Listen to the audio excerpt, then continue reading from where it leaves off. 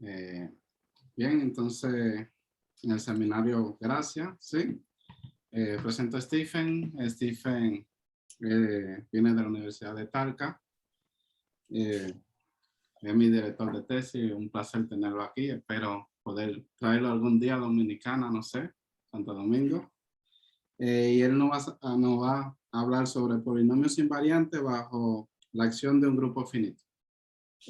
Ya, bueno, como dije, muchas gracias por la oportunidad de presentar este coloquio. Voy a compartir la pantalla. ¿Se puede ver? Sí. Ya, ok. Entonces, parte de este trabajo es basado en un trabajo en conjunto que hicimos con Carlos Agila, que es un estudiante de doctorado en la UTALCA ahora. Entonces, sí, voy a hablar de, bueno, todas las transparencias están en inglés, pero voy a hablar en castellano. Entonces, voy a hablar de polinomios invariantes bajo la acción de un grupo finito. Y la verdad es que la mayoría del trabajo tiene que ver con algo llamado coinvariantes o fibras cero. Perdón. Voy a explicar. Ya.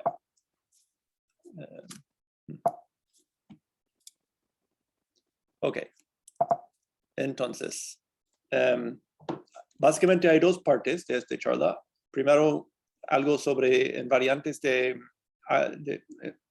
polinomios invariantes bajo la acción de un grupo y una caracterización de grupos de reflexiones. Y después algo sobre la teoría de representaciones de ciertos álgebras llamado álgebra Seycheric. Y ahí entran unos operadores diferenciales llamados operadores de Dunkel. Ok, entonces, empezamos con un espacio H de dimensión finito sobre C, sobre los números complejos, y un grupo W finito dado con una incrustación en el grupo de todas las transformaciones lineales de H. Si ustedes prefieren, pueden imaginar que hemos fijado ya una base de H, entonces de esa forma W se puede ver como un grupo de matrices, pero un grupo finito de matrices. Y una definición fundamental para esta charla es el conjunto de reflexiones. Estos son los elementos de W, tal que su espacio fijo es de codimensión exactamente 1. Y el grupo se llama un grupo de reflexiones si es que es generado por R. Ahora, quiero dar un par de ejemplos. Entonces, voy a dejar de compartir un momento esta pantalla y escribir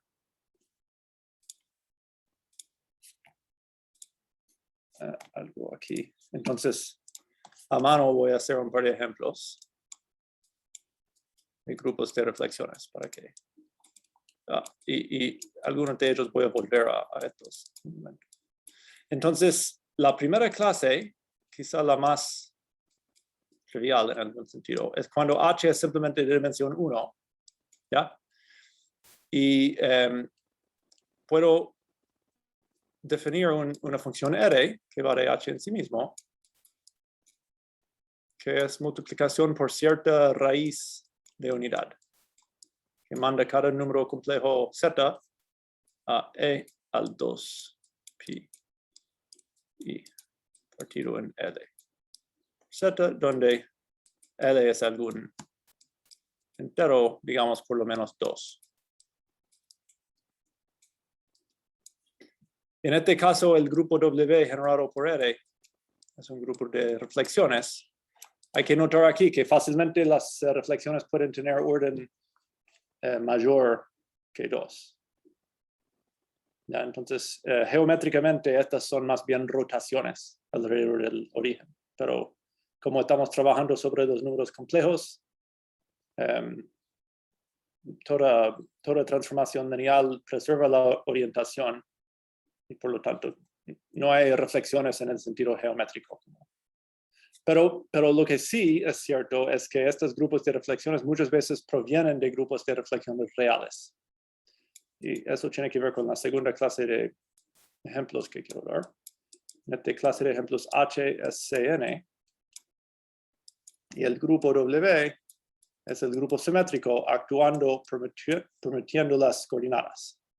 En este caso, el conjunto R de reflexiones consiste en toda transposición, que ojalá estas notaciones estándar. Para cada par de enteros I y J entre 1 y N, puedo considerar la permutación que intercambia I y J y deja fijo todos los demás enteros. Eso da una matriz que intercambia coordenadas I y J de H y deja todos los demás fijos.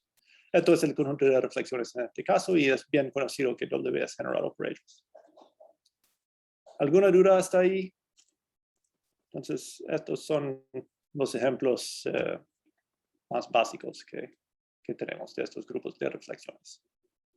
Hay una clasificación de grupos de reflexiones irreducibles, en lo cual hay una familia infinita. Este grupo simétrico es parte de esa familia infinita. Y 34 grupos excepcionales. Entonces es algo parecido a la clasificación de grupos finitos simples. Pero la clasificación en este caso es mucho más sencillo. Más fácil de probar también. Ok, voy a volver a las transparencias. Si es que no hay dudas. Pero si alguien tiene una duda en cualquier momento, me puede interrumpir sin problema. No tengo prisa aquí.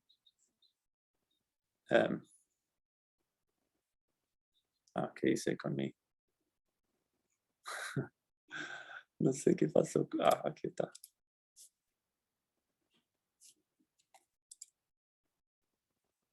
¿Se puede ver ¿Se puede ver ahora? Sí. Sí, ok. Ya. Ok, entonces he dado un par de ejemplos de grupos de reflexiones. Ahora lo que quiero es hablar de polinomios invariantes. Entonces voy a escribir C de H para el anillo de funciones polinomiales en H. ¿Ya? Si fijamos una base, x1, x2, etcétera, hasta xn, del espacio dual, H estrella, entonces se obtiene un isomorfismo entre este anillo de polinomios, de funciones polinomiales, y el anillo de funciones de polinomios en los variables x1 hasta xn. ¿Ya? Entonces, el grupo W actúa en H y por lo tanto también actúa vía automorfismos en este anillo de funciones polinomiales. Y definamos el anillo de funciones polinomial W invariante como las funciones polinomial que son invariantes bajo todo elemento del grupo. Y la estructura de este anillo puede ser muy complejo, combinatoriamente o... bueno, vamos a ver varios ejemplos de esto. Ok, entonces este anillo de invariantes tiene un significado geométrico. Es un teorema muy antiguo. Supongo que no sé quién lo demostró en este caso primero, quizá fue Hilbert en generalidad, que demostró que siempre es finitamente generado como un C-álgebra. Existe un entero quizá muy grande n mayúscula y n mayúsculo polinomios en este anillo, tal que recibe una sobreyección de un anillo de polinomios en n variables que manda cada ji aquí al fi correspondiente. Y si se escribe i para el kernel de este morfismo, ese i tiene que ser un ideal primo, porque el codominio aquí, el rango es un dominio. Y la variedad asociada es irreducible, por lo tanto, y se identifica con H módulo la acción del grupo. Esta es la definición, es cómo dotar este cociente H módulo W, el espacio de órbitas de W en H, se dota con la estructura de una variedad algebraica vía esta construcción. Y bueno, se puede estudiar las propiedades de esta variedad. Y uno de los más fundamentales, la pregunta quizá más obvia que uno puede hacer, es preguntar si es suave o no. BDI, si H módulo W es una variedad algebraica suave o no. Entonces quiero volver al ejemplo del grupo simétrico ahora. Del grupo simétrico A. Todos los grupos aquí, como dije al inicio, todos los grupos vienen con su incrustación como grupos de matrices y todo depende en esa incrustación.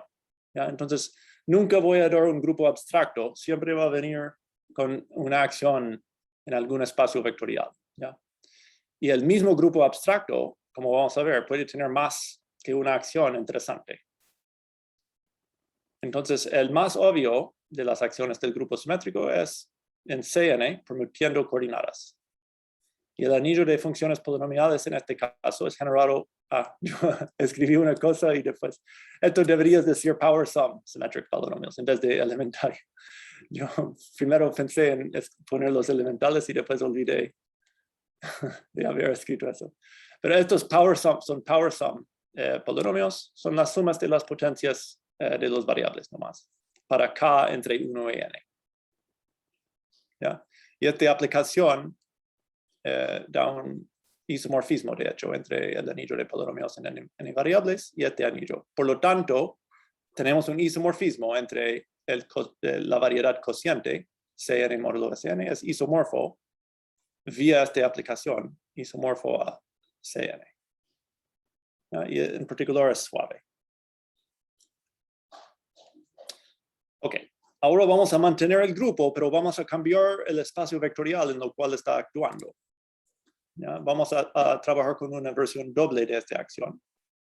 Entonces, Sn no solamente actúa en Cn, sino se puede hacer actuar en el producto de dos copias de Cn, donde permuta simultáneamente las coordenadas en cada copia. ¿Ya? Y esta vez, el anillo de invariantes es generado por lo que se llaman sumas de potencias polarizadas. Aquí, para cada par de enteros positivos I y J, perdón, no negativos, I y J, se define P y J como esta suma. ¿Ya? X1 a alguna potencia I, Y1 a alguna otra potencia J, X2 a la misma potencia I, Y2 a la misma potencia J, y así sucesivamente. Suma de ellos. Pero, esta vez estos no son algebraicamente independientes. Entonces, aquí tuvimos n generadores que eran algebraicamente independientes. Eso nos dio un isomorfismo entre la variedad cociente y Cn. Y esta vez no ocurre. La variedad cociente, de hecho, no es suave. Es singular. Y esa singularidad da luz a varios fenómenos muy interesantes. ¿Alguna duda hasta aquí?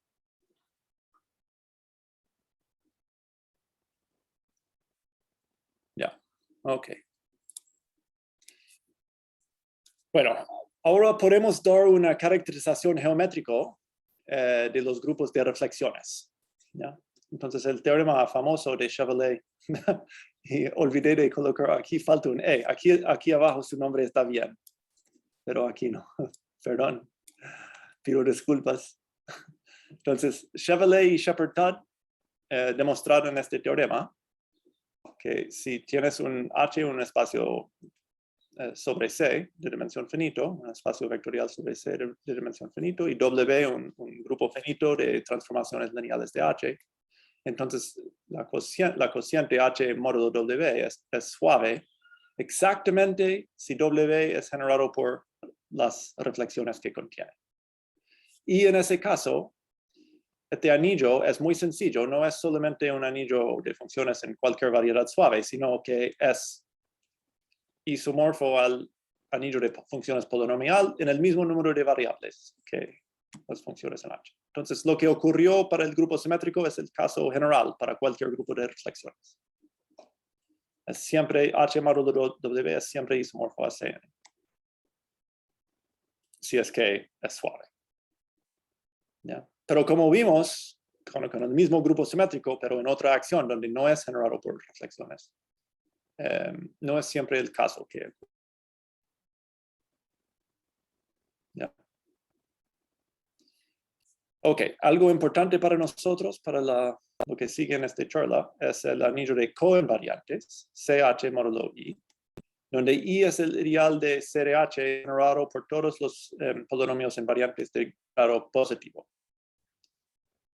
¿Ya? Entonces, el teorema de Chevalley en este contexto es que si el grupo es un grupo de reflexiones, entonces este cociente, bueno, es un anillo, de hecho es de dimensión finito, y es como un W módulo isomorfo a la representación regular. Y en particular es de dimensión igual a la cardinalidad de W. Quizá quiero dar un pequeño ejemplo de esto. Entonces, de nuevo voy a dejar de compartir este PDF y volver a escribir algo.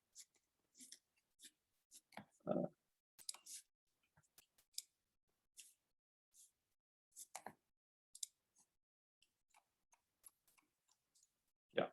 Ok, se puede ver, supongo, ¿sí? Sí, se ve. Ok. Entonces, en este caso, bueno, quizá hacemos algo en el primer caso.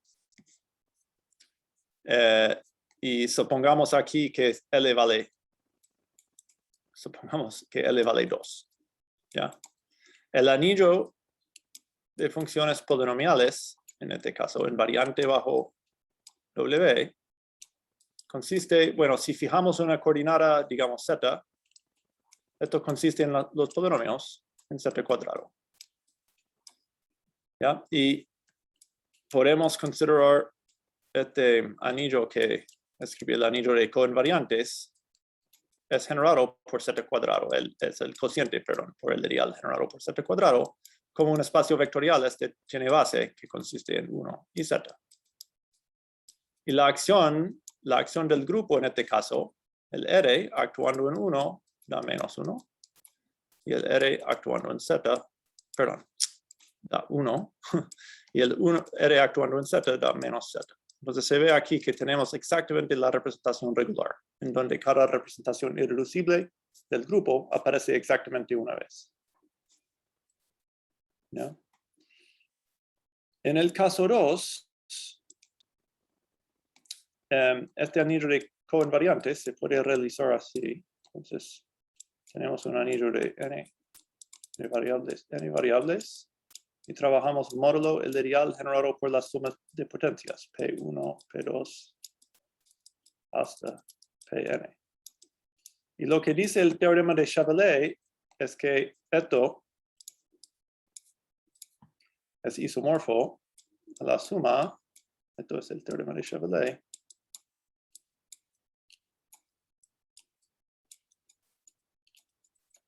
es isomorfo a la suma sobre todo partición de n, partición de enteros. Voy a asumir que ustedes saben, pero si alguien quiere preguntar sobre esto, no tengo problemas en explicar más.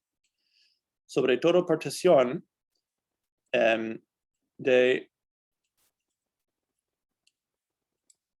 lo que se llama un módulo spect indexado por esa partición, suma directa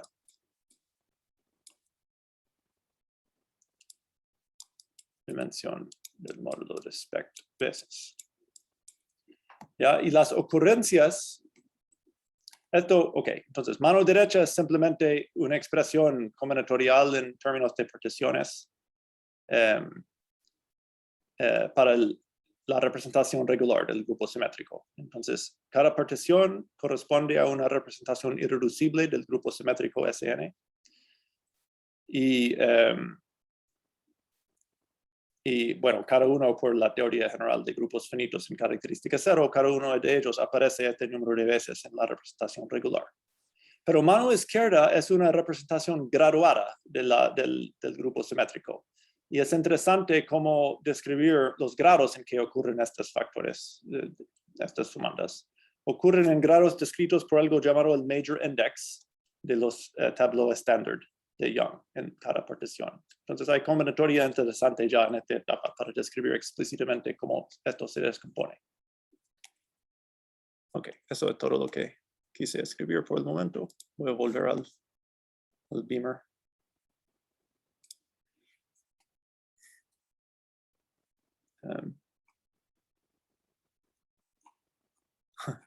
Cada vez cambia el lugar. Ya. Ok, supongo que se puede ver ahora las transparencias de nuevo, ¿cierto? Sí. Ok, ya.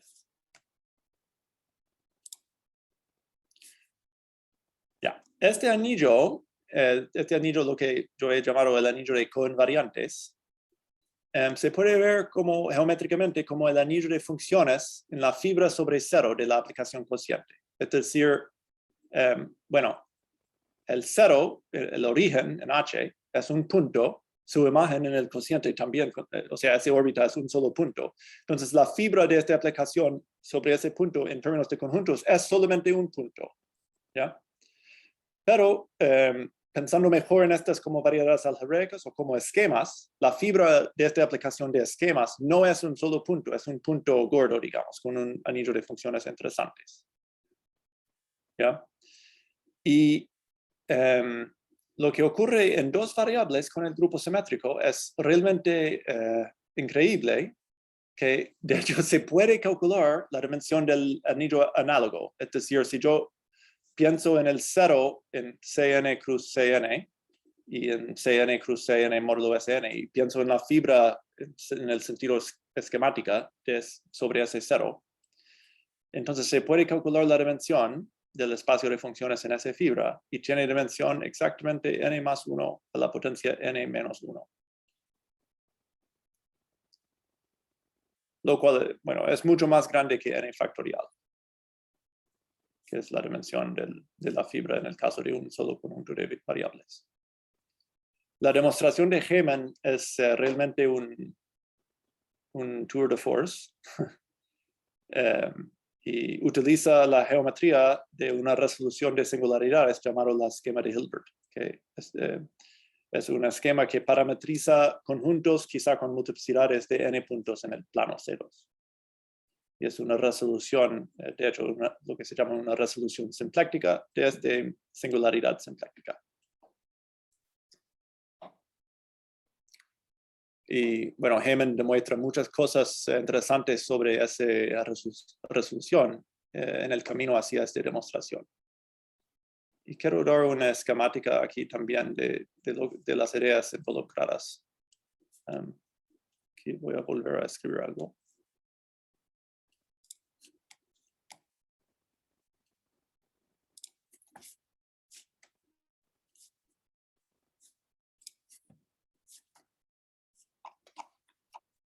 Entonces,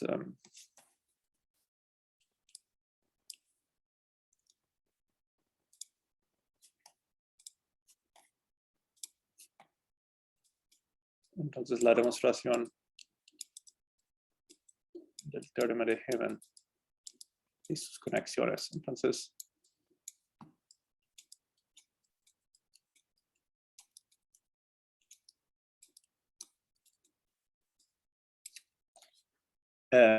ok, entonces el objeto con que empezamos es este cociente, Cn cruz Cn módulo Sn.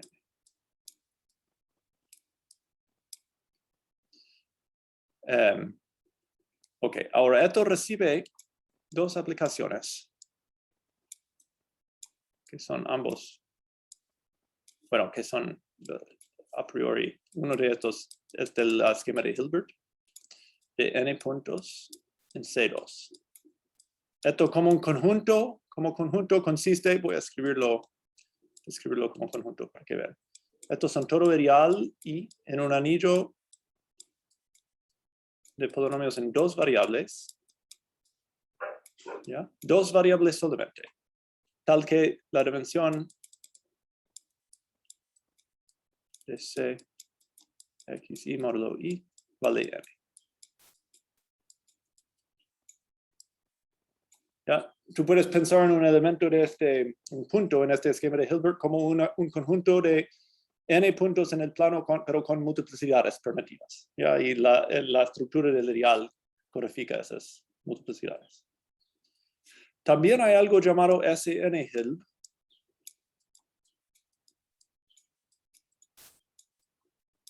De C2N.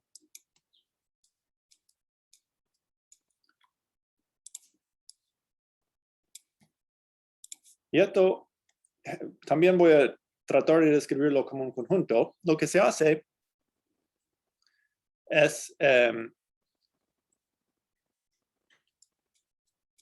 considerarlo primero. Entonces, en C2N también puedo considerar la esquema de Hilbert de C2N, pero esta vez de cada configuración de n factorial puntos. Esta cuestión es muy complejo. No es, esto aquí es suave, el n de C2 es suave, esto es lejos de ser suave. Este esquema, otro esquema de Hilbert. Tiene una descripción parecida a esto, pero no es suave. Ni siquiera, no entendemos mucho sobre este esquema de Hilbert. Pero dentro de esto hay cierto subconjunto que consiste en las órbitas, bueno, mejor, esto es un pequeño abuso de notación, pero las órbitas regulares de ese.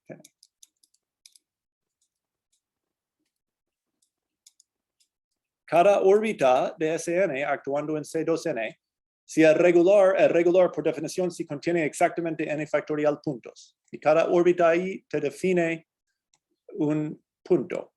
Y ahora SN-Hilb no es exactamente el conjunto de estas órbitas regulares, sino la clausura de eso dentro del espacio, dentro de este otro espacio más complejo. Entonces, las órbitas regulares definen ciertos puntos, entre comillas, sencillas en la esquema de Hilbert, y cualquier otro punto ahí que se puede aproximar por ellos también queremos incluir en SN-Hilbert. Y el teorema fundamental de Heyman es que hay una aplicación obvio, más o menos obvio, que va aquí, que es un isomorfismo. Esto es el teorema, lo que se llama el n factorial. Teorema n factorial de Heyman. Fue el punto clave más fundamental en su demostración del teorema anterior. ¿Ya? Y esto es equivalente a este teorema, pero no es equivalente. Este teorema es lo que implicó la primera demostración de lo que se llama el teorema de positividad para polinomios de McDonald.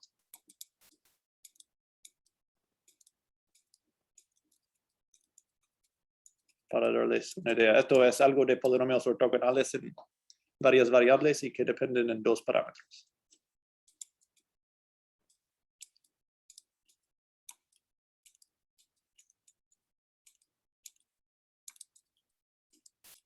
Fue una conjetura de McDonald que este teorema de positividad fue una conjetura de McDonald hasta que Heyman lo demostró.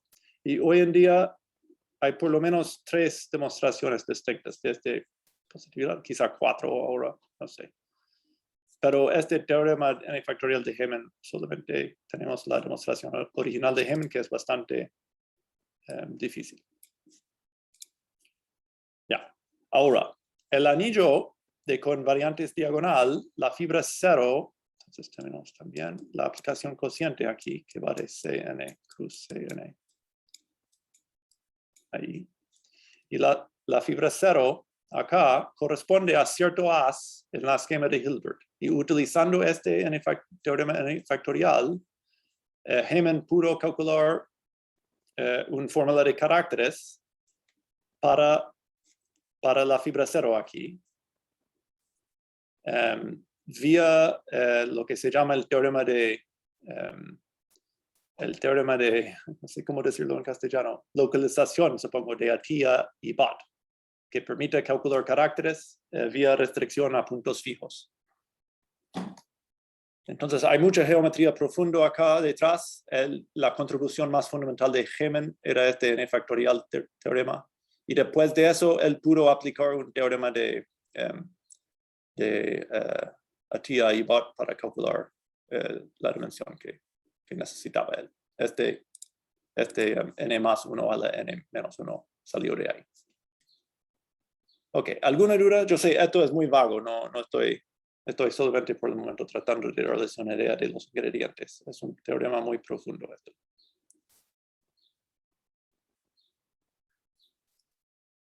Ok. Si no, voy a volver a compartir la...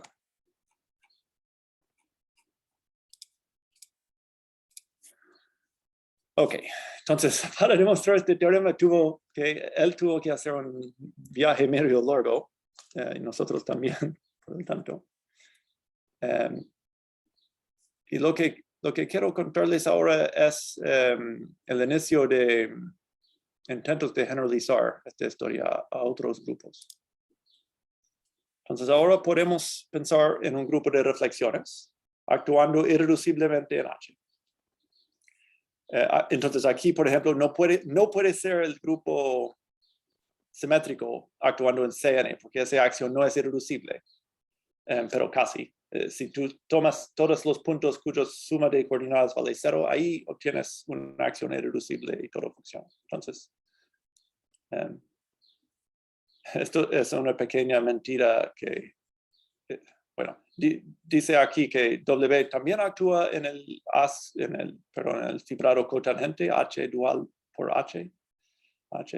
Y en este caso, si fuese irreducible, sería simplemente C2N. Es un punto un poco técnico que no es irreducible SN actuando en CN, pero no importa mucho.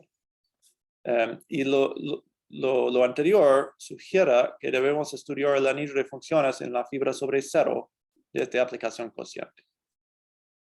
Debería decir aquí módulo W, no super W. Entonces, podemos definir R sub W, el anillo de convariantes diagonales, como el cociente de este anillo de funciones, módulo el ideal generado por los invariantes homogéneos de grado positivo. No hay una fórmula, ni siquiera una conjetura sobre la dimensión de RW en general. Pero lo que sí tenemos es una cota inferior, y creo que esta cota es bastante cercano a la verdad. Entonces, es atractivo, es muy sencillo el enunciado aquí. Entonces, W es un grupo de reflexiones actuando irreduciblemente en H. Supongamos que W contiene exactamente n mayúscula reflexiones, la coordenada de R, y que la dimensión de H es n minúscula. Ponemos G minúscula igual al 2n partido en n. Entonces, la dimensión del anillo de convariantes diagonal es siempre mayor o igual a G más 1 a la n. ¿Ya? Aquí, si yo tomo el grupo simétrico, como dije, actúa irreduciblemente en un espacio de dimensión n menos 1. Y este número G minúscula, bueno, es n. Entonces, ahí se obtiene n más 1 a la n menos 1 para el grupo simétrico Sn actuando en su anillo en su representación de reflexiones irreducible. Y sabemos que en ese caso es una igualdad. Pero este técnico que voy a explicar para probar el teorema no da la igualdad en ese caso. Da solamente una cota inferior. Es un técnico distinto al técnico de Heman, utilizando en vez de geometría una teoría de representaciones. Pero no da tanto en el caso del grupo simétrico como da el técnico de Heman. ¿Ya? ¿Alguna duda hasta aquí? Hay algo que no es obvio. Este G minúscula resulta ser siempre un entero y no sé por qué. Es un poco misterioso para mí. Si es que el grupo solamente contiene reflexiones de orden 2, en ese caso yo sé por qué es un entero. Si el grupo real, por ejemplo, es un entero y yo sé por qué, es igual al número de Coxeter, en caso de que el grupo es un grupo real de reflexiones. Pero en el caso general, no entiendo por qué es un entero siempre. Yo sé que es por la clasificación, caso por caso. Pero no tengo una razón muy buena. Y en general, la demostración de esta desigualdad depende en que es un entero esto. Y además, en un número enorme de milagros numerológicos, digamos. Ok, si no hay dudas, sobre el enunciado voy a seguir explicando. Quiero explicar un poco cómo se demuestra. Entonces, un obstáculo al progreso para un grupo W general, no solamente el grupo simétrico, es que no sabemos mucho sobre resoluciones de esta singularidad simpléctica. No, sabemos mucho en el caso de que W es el grupo Sn, y también en ciertos otros casos para zeros, pero igual en esos casos, bueno, no tenemos la teoría ni siquiera cercano al bien desarrollado que está en el caso del grupo simétrico. Pero sí hay una teoría de representaciones muy desarrollada que nos puede ayudar a estudiar esto, y eso es lo que voy a explicar un poco de eso. Y además, como no solamente demostrar esta desigualdad, sino dar un técnico general para producir desigualdades de este estilo y para, de hecho, mostrar que este es estricto en ciertos casos.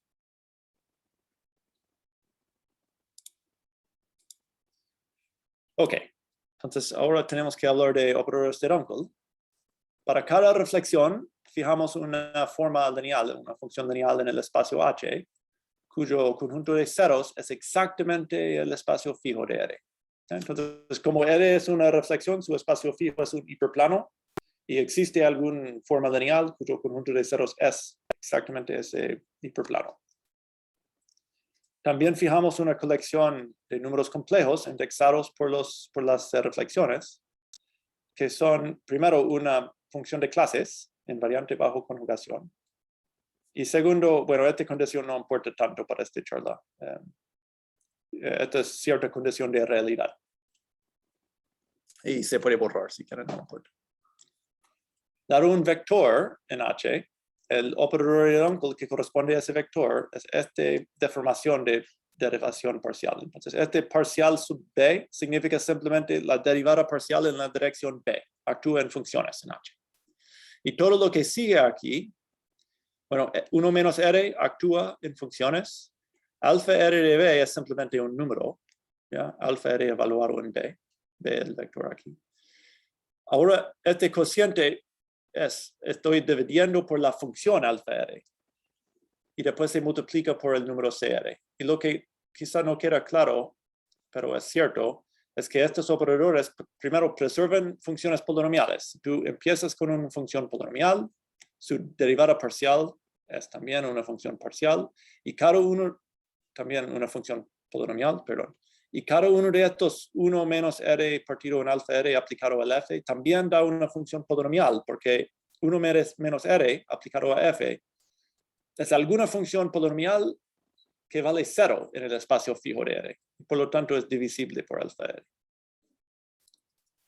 Entonces, estos operadores parecen tener denominadores, pero preservan el anillo de polinomios. Y el teorema de Runkel, un teorema no muy obvio, es que conmutan entre ellos. Ya. Ahora el álgebra cuyas representaciones son relevantes para nosotros es lo que se llama el álgebra de Cherednik racional. Es el subálgebra de, perdón, no expliqué esta notación. Este D de H círculo. Entonces, H círculo es el espacio que se obtiene de H sacando todos los hiperplanos de reflexión. Entonces, es cierto subconjunto abierto de H. Y yo considero ahí en ese subconjunto abierto todo operador diferencial con coeficientes que son funciones polinomiales en H círculo, es decir, funciones polinomiales quizá divididos por alguno de estos alfa R. Entonces, los operadores de Runkel por construcción son elementos de este anillo, o mejor dicho, del anillo generado por ellos y el grupo. Ya. Ok.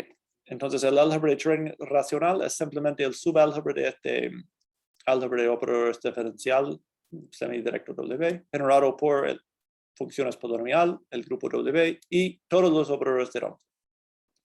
Y gracias a la conmutatividad de los operadores de Runkel, obtenemos lo que se llama el teorema PBW. Hay cierta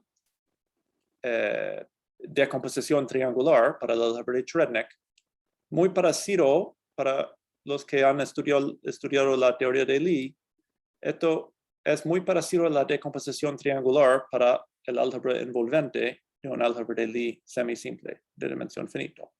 Entonces puedes pensar que CW es análogo al subálgebra de Cartan, CH es análogo al álgebra de matrices sobre triangular o triangular superior y esto triangular inferior.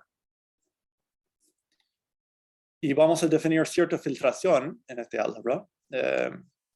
HC menor o igual a K significa el span de todo elemento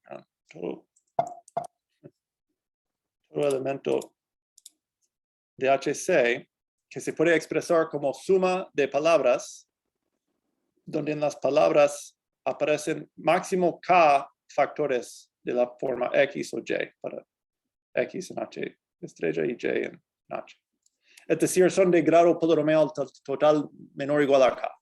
¿Ya? Y W, voy a pensar desde este punto de vista que W tiene grado 0 y yo ocupo el grado común y corriente en CH y CH estrella. Eso me da una filtración de HC. Resulta que el álgebra graduado asociado a esta filtración es simplemente el álgebra de funciones polinomial en dos conjuntos de variables, o sea, en el espacio H estrella cruz H, semidirecto del grupo. Ok. Ahora quiero explicar la relación entre representaciones de H y C y este anillo R sub W que expliqué antes. Entonces una representación de HC es de coinvariant type, si es que es irreducible, y al restringirlo a W, ¿ya? La representación determinante de W aparece exactamente una vez. Y en ese caso, puedo fijar un elemento delta de L que transforma bajo el determinante y que me da un base del espacio correspondiente. Entonces podemos definir una filtración creciente de L utilizando delta y la filtración en H.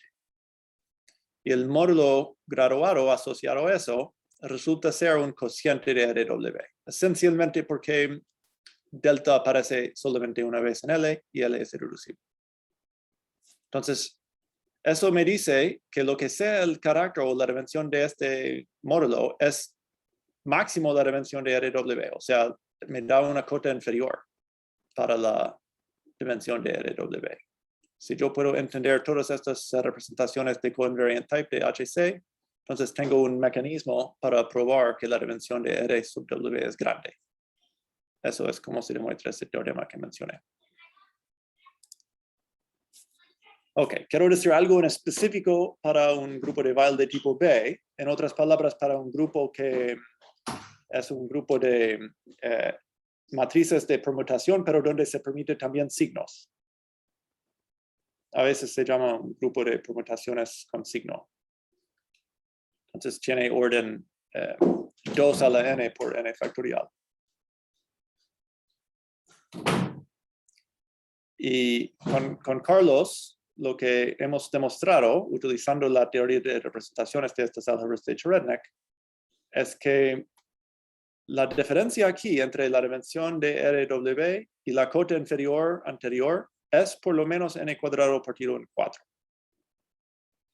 Y bueno, parece no muy impresionante esto, porque esto es solamente un polinomio y lo que aparece aquí es exponencial. Pero lo que ocurre es que yo creo que la verdad es que no va a ser posible mejorar esto por más que un polinomio, porque la dimensión de esto no crece por más que un polinomio más esto. Entonces, y además, bueno, yo estaba bastante feliz con este resultado porque hace 20 años no hay progreso en el problema de entender estas dimensiones en tipo B, ni en cualquier tipo fuera de tipo A, sencillamente. Entonces, para mí representó un avance bastante grande que fue posible demostrar este teorema. No es el mejor posible. Tenemos otros ejemplos, o sea, ya sabemos que este resultado no es el mejor posible, es lejos de ser el mejor posible, pero la idea clave ya se ve aquí, cómo demostrar más avances. Ok. También puedo decir algo para estos grupos G, L, M, N. Entonces, si fijamos, y con esto termino, si fijamos enteros L, M y N, tal que M divida a L, voy a anotar G, L, M, N, el grupo de toda matriz cuyos elementos son todos o bien cero o bien elésima raíces de unidad, tal que en cada columna y cada fila existe un único elemento no cero. En otras palabras, su forma es como matrices de permutaciones, pero donde los elementos no cero tienen que ser elésima raíces de unidad y con producto de todos los no cero elementos, un L partido en M ésima raíz de unidad. Entonces es un poco complejo. Aquí dentro de esta serie aparecen los grupos simétricos, los grupos de Weyl de tipo B, los grupos de Weyl de tipo D y además muchos otros grupos. Y este es, como mencioné al inicio de la charla, es la familia infinita de grupos de reflexiones irreducibles. Y después hay 34 grupos excepcionales, que son grupos primitivos. Ya. Fijamos L y M y ponemos WN igual a esto, pensando en N variando. Entonces, en este caso, el número G más 1 que apareció en la corte inferior de antes es esto. Y la conjetura es que esta da la dimensión correcta asintóticamente. Que la dimensión del anillo con variantes diagonal partido en este número a la potencia n, que es el límite vale 1. Y hasta el momento no tenemos ninguna forma, ya sabemos que este cociente es siempre por lo menos 1. Entonces, el problema aquí es acotar el numerador por arriba. Y no tenemos herramientas para hacerlo hasta el momento. Ya, muchas gracias. Ahí termino. Ya, gracias, Stephen. No sé si hay preguntas, o comentarios, sugerencias, no sé.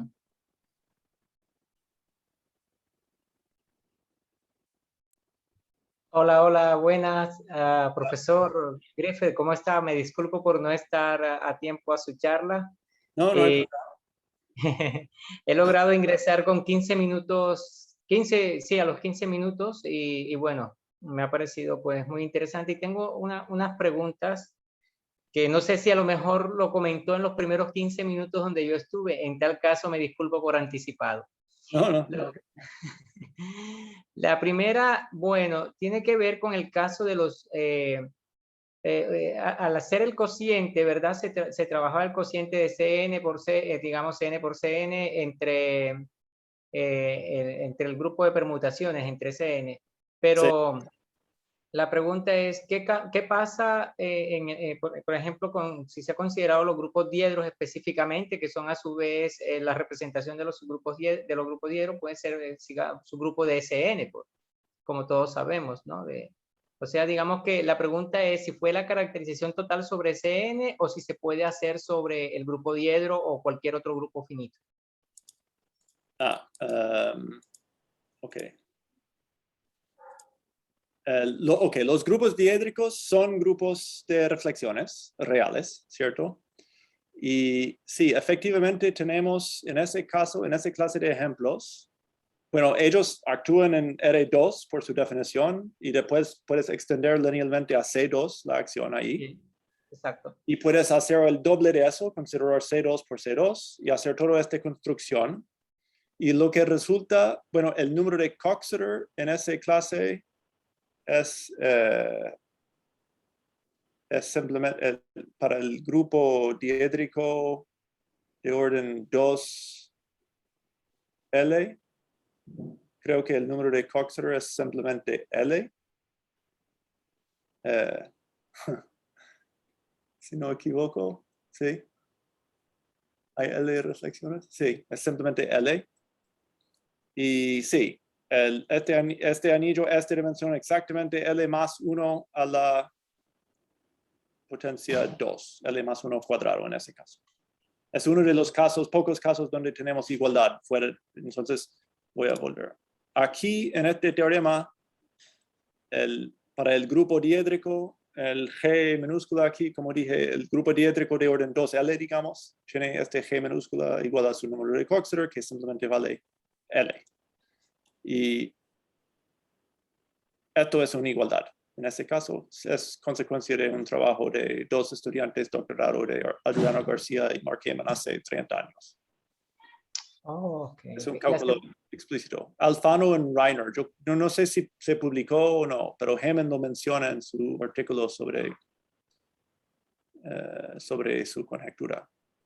Ok, la segunda pregunta, y disculpen, no sé, si hay alguien más que esté con la mano levantada, pues, pero bueno, la segunda pregunta tiene que ver con los operadores diferenciales que usted presenta ahí más adelante, porque yo trabajo álgebra diferencial. ¿Sí? Y me llama mucho la atención, sí, en estos operadores, y bueno, sobre todo que estoy interesado en operadores que conmutan. Sí. Por ejemplo, hay ecuaciones en derivadas parciales como la KdV o Korteweg de Vries, que se puede precisamente expresar mediante un par de lags y haciendo que los operadores conmuten. Tengo un operador de orden 2, un operador de orden 3 y de esa manera, pues, digamos, se puede factorizar esa ecuación en derivadas parciales. Entonces, la pregunta que tengo muy concreta es, digamos, si ha sido estudiado este tipo de operadores, digamos, en problemas, por ejemplo, de la física o algo así, donde se pueda dar alguna aplicación. Sí, sí. Estos operadores, de hecho, antes de que se estudió estos operadores, se estudió mucho un sistema de partículas moviendo en dimensión 1 y con una potencial entre ellos que varía como proporcional a la distancia cuadrada. Entonces, potencial central, como potencial central. Potencial, bueno, la potencial, bueno, de hecho se puede estudiar con potencial racional, que tiene que ver con estos, o con potencial trigonométrica, o con potencial elíptica.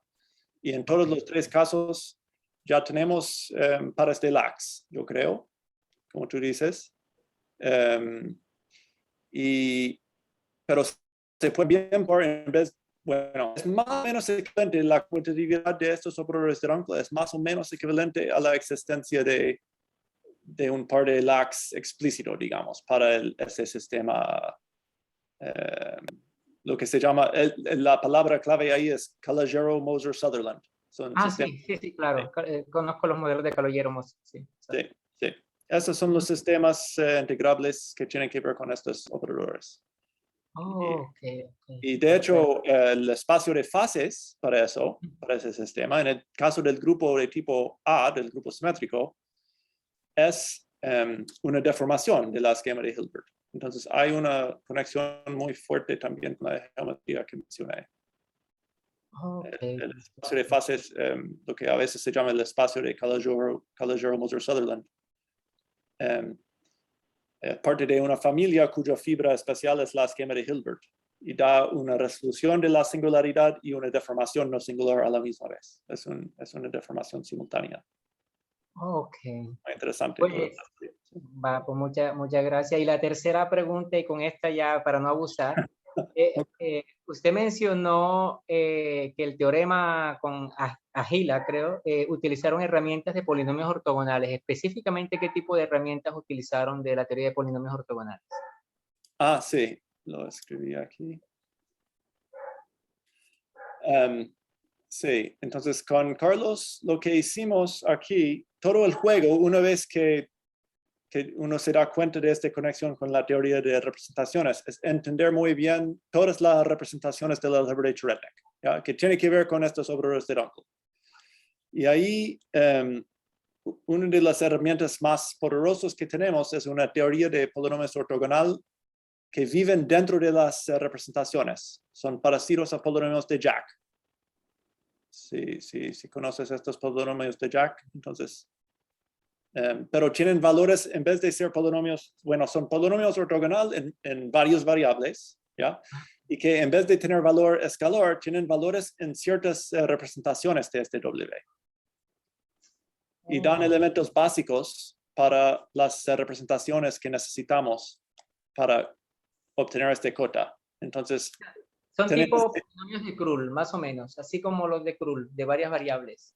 son varias variables. Si tú sabes, por ejemplo, los polinomios de Kornwinder, Sí.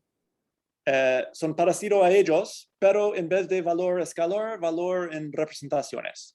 Y una degeneración trigonométrica, en algún sentido, de los polinomios de Kornwinder. Entonces, no es que una teoría es una generalización del otro. Son relacionados.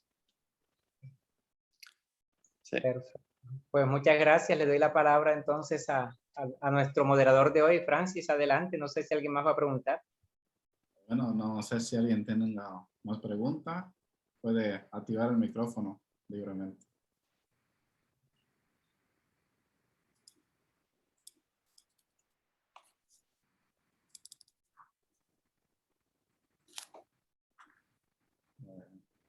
Parece que no sé.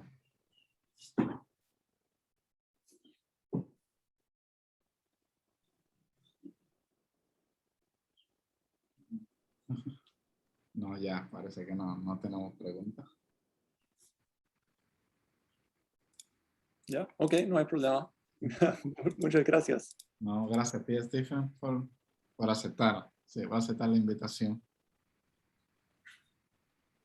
Bueno, pues muchas gracias nuevamente a todos y los esperamos la próxima semana. Profesor Stephen, pues de verdad muchas gracias por esta conferencia que lamentablemente solo pude aprovechar los últimos 45 minutos, pero bueno, ya veré la grabación para ponerme, porque estaba un poco perdido, pero luego ya poco a poco fui allí. No sé, bueno, si no hay más comentarios, entonces le agradecemos una vez más al profesor Stephen y yo creo que ya la grabación se puede parar. Ok.